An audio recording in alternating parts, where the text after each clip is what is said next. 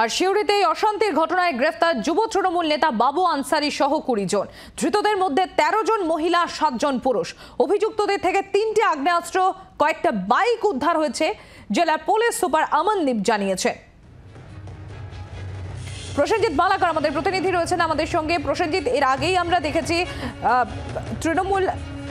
তৃণমূলের জেলা সভাপতি অনুব্রত মণ্ডল, এমনকি জেলা পরিষদের সভাধিপতি কাজল শেখ, প্রত্যেকের গলাতে একই সুর যে দলমত নির্বিশেষে রাজনীতির রং না দেখে গ্রেফতার করা হোক, এবং তারপরে আমরা এটা দেখলাম।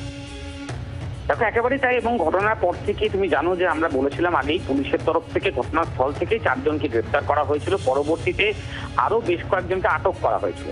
এবং আজকে পুলিশ সুপার সাংবাদিক বৈঠক করে যেটা জানালেন অমনদীপ, তিনি যেটা জানালেন যে 20 জনকে গ্রেফতার করা হয়েছে পুলিশের তরফ থেকে, এবং মূল অভিযুক্ত হিসাবে ওই এলাকার যুব তৃণমূলের যিনি নেতা রয়েছেন বাবু আনসারি, তাকেও গ্রেফতার করা হয়েছে। এবং এই গ্রেফতারের ঘটনায় আগামীতে তাদেরকে পুলিশের আদালতে তোলা হবে এবং তাদেরকে পুলিশ রিমান্ড চাওয়া হবে।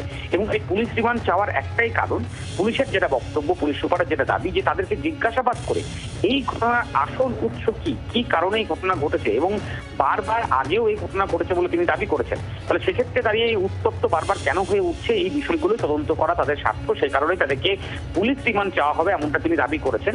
এবং তার পাশাপাশি উল্লেখ্যভাবে ঘটনাস্থল থেকে বেশ কিছু বাইক আটক করেছে পুলিশ, এবং তার পাশাপাশি আগ্নেয়াস্ত্র আটক করেছে। এবং সে জায়গায় দাঁড়িয়ে এই যে বাইকগুলিকে আটক করা হয়েছে, সেক্ষেত্রে দাঁড়িয়ে ঝাড়খণ্ডের কোনো লিঙ্ক রয়েছে কিনা সেই বিষয়গুলোও কিন্তু খতিয়ে দেখা হবে বলে পুলিশ সুপার জানিয়েছেন। পাশাপাশি এই ঘটনার সমস্ত কিছু বিষয়বস্তুগুলো কিন্তু খতিয়ে দেখা হবে।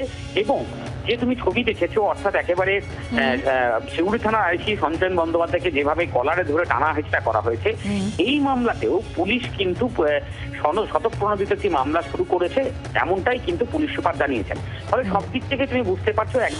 তুমি যেটা এখনই বললে যে বাইকগুলো বাজেয়াপ্ত করা হচ্ছে, সেখানে ঝাড়খণ্ডের কোনো যোগ আছে কিনা সেটা খতিয়ে দেখা হবে। আর ইতিমধ্যে আমরা যেটা শুনেছি, কাজল শেখ তিনিও কিন্তু এই বিষয়টির উল্লেখ করেছেন যে ঝাড়খণ্ড থেকে সেখানে আগ্নেয়াস্ত্র সাপ্লাই করা হচ্ছে এই জেলাকে উত্তপ্ত করার জন্য। দেখো, একেবারেই তাই। একদিকে সভাধিপতির বক্তব্য, ঝাড়খণ্ডের লিঙ্ক, অন্যদিকে বীরভূম জেলা সভাপতি অনুব্রত মণ্ডল, তারও বক্তব্য। এই সমস্ত বক্তব্য যে রংবিহীন যে পুলিশকে কাজ করার যে আবেদন তারা করেছেন বা দাবি করেছেন, পুলিশের তরফ থেকেও কিন্তু সেমনটাই কাজ করা হচ্ছে, এমনটা কিন্তু পুলিশের তরফ থেকেও পুলিশের সূত্র মারফত আমরা জানতে পারছি। এবং প্রত্যেক অভিযুক্তদের গ্রেপ্তার করার তারা দাবি করছেন। এবং এই ঝাড়খণ্ড লিঙ্ক, এটা কিন্তু অত্যন্ত গুরুত্বপূর্ণ একটা বিষয়। কারণ তুমি জানো যে বীরভূম জেলায় বারবার বিভিন্ন কারণে অশান্তিতে উত্তপ্ত হয়ে উঠলেই এই ঝাড়খণ্ড লিঙ্কের প্রশ্ন ওঠে, আর সেই প্রশ্ন উঠলে পুলিশের বিরুদ্ধেই প্রশ্নটা উঠেছে। ফলে পুলিশ সুপার তিনি তদন্ত করে জানাবেন বলে জানিয়েছেন, এবং এই বিষয়গুলি কড়া হাতে নজরদারি চালাবেন, এমনটাও তিনি বলেছেন। ফলে সে জায়গায় দাঁড়িয়ে আগামীতে বীরভূম জেলায় সত্যিই সুস্থ পরিবেশ গঠন হয় কিনা, এবং এই আগ্নেয়াস্ত্র বোমাবিহীন বীরভূম জেলা গড়ে ওঠে কিনা, সেটা কিন্তু অবশ্যই দেখার বিষয়। তবে আজকে পুলিশ সুপারের এই ঘটনার পরে যে পুলিশের তৎপরতা দেখা গেছে, তা দেখে কিন্তু অত্যন্ত ওই এলাকার সাধারণ যারা মানুষরা রয়েছেন, যারা ভীত সন্ত্রস্ত হয়ে পড়েছিলেন, তারা যে যথেষ্ট খুশি, এটা কিন্তু আর বলার অপেক্ষা। অনেক ধন্যবাদ প্রসেনজিৎ। আমরা কথা বলছিলাম, আমাদের প্রতিনিধি প্রসেনজিৎ মালাকার ছিলেন আমাদের সঙ্গে। জেলা পুলিশ সুপার অমনদীপ তিনি কি বলছেন শোনাবো আপনাদের। এখানে মিনিস্ট্রি নামের জায়গা আছে, একটা মল্লিকপুর জিপি চুড়ি থানা আন্ডারে। ওখানে একটা ওখানে গ্রুপের মধ্যে ঝামেলা চলে, যেটা আমরা দেখতে পারলাম কি ওখানে 2 লোক আছে, ওদের থেকে আমরা 3টে আর্মস রিকভার করি, প্লাস 6টি গুলি রিকভার করা হয়েছে। ওখানে যখন পুলিশ যায় তখন কিছু লোক পুলিশকে ম্যানহ্যান্ডেল করে। এখন অব্দি আমাদের টোটাল 20 লোককে অ্যারেস্ট করা হয়েছে। ওর মধ্যে থেকে 7 জন মেল মেম্বার আছে। যত লোক পালিয়ে গেছে ওদের এগেনস্ট আমরা রেড করব, ওদেরকে আমরা অ্যারেস্ট করব। বাবু আনসারি নামের একজন লোক অ্যারেস্ট হয়েছে, প্লাস ওই যে ছেলে আইসি কে ইউনিফর্মকে ধরেছিল সে লোকও অ্যারেস্ট হয়েছে। এদের নিজের মধ্যে আগে থেকে একটু গন্ডগোল আছে। গত বছরও এদের মধ্যে মারামারি কিছু হয়, 2-3 ঘটনা হয়েছিল, ওখানে কিছু লোক অ্যারেস্ট হয়েছিল।